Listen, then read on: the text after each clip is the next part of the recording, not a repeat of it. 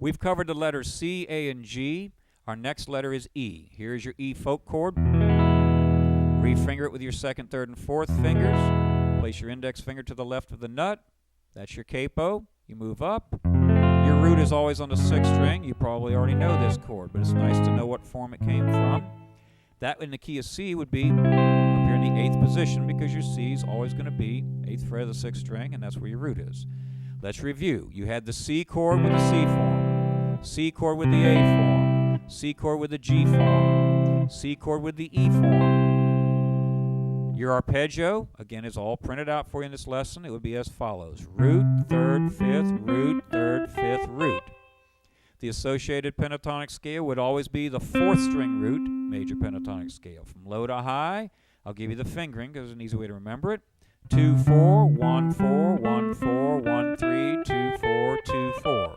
Scale degrees would always be 1, 2, 3, 5, 6, 1, 2, 3, 5, 6, 1, 2.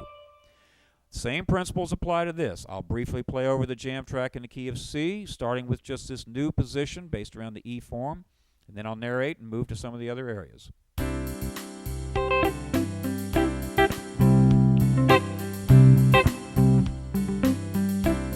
Notice how I'm getting a lot of great rhythm parts just holding the block form and grabbing different groups of strings.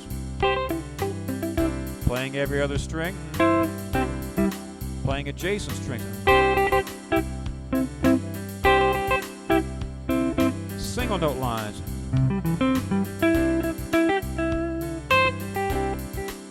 Just restricting myself to the arpeggio tone. Then I add in the pentatonic for color.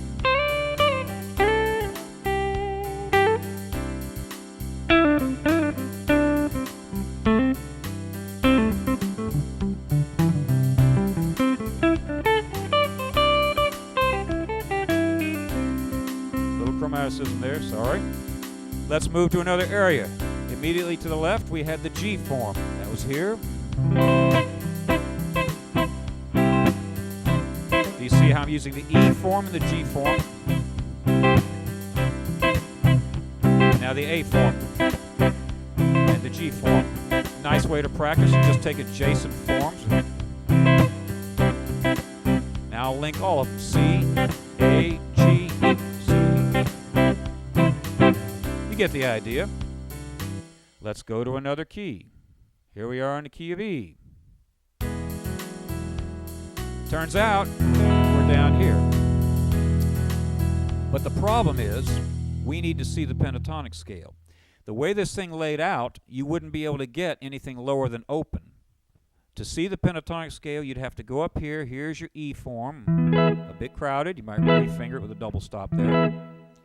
The pentatonic, notice, encompassed one position lower than where the chord was, 11th fret. That's why we can't obtain it down here, because 0 equals 12 as far as an octave. This would be the E. Then if we're working backwards, that's based off the E form. If we're working backwards, here's E with the G form. There's the pentatonic, sixth string root. Here's E with the A form. I know I'm going fast, but at this point you should understand what I'm doing.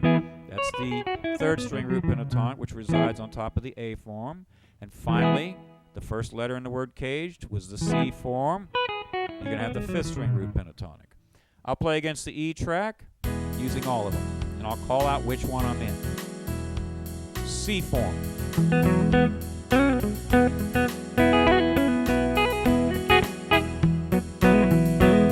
G form.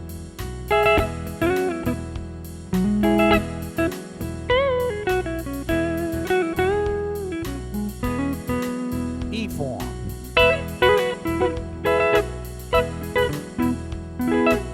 A form. So you see how that's a great way for you to learn your neck. You spend enough time in one area to know it thoroughly, then learn the next position which links to it, and gradually work your way. You're not in any hurry here. It doesn't matter how long it takes you to get this. Just get it thoroughly, and don't leave gaps in your information. I mean, a lot of people get really solid on a particular part of the fingerboard, but you paid for the whole thing. You own all those notes. Why not use them? In the next segment, I'm going to talk about a great application for this because we've just been sitting on a static chord. We're going to talk about how to arrange this information to get you to play through changes. Now, wait a minute. I've jumped the gun. I didn't give you the D form yet. Let's finish that. Here we are with the C chord. Sorry for that, got ahead of myself. We've gone through, you had the C form, the A form, the G form, the E form, and our final form would be the D form. You can see how you have a D folk chord down here. Your root is on the 4th string open. You bar just to the left of the nut. For a C chord, we need to see the C, 10th fret of the 4th string. So again, our complete series, here's the C form, the A form, the G form, the E form, and then the D form. Then it starts all over again with the C form, the A form, and at that point, it's getting tight. All right, now, as I said earlier, the next segment, we're going to talk about how to link these together to play through a 2-chord progression.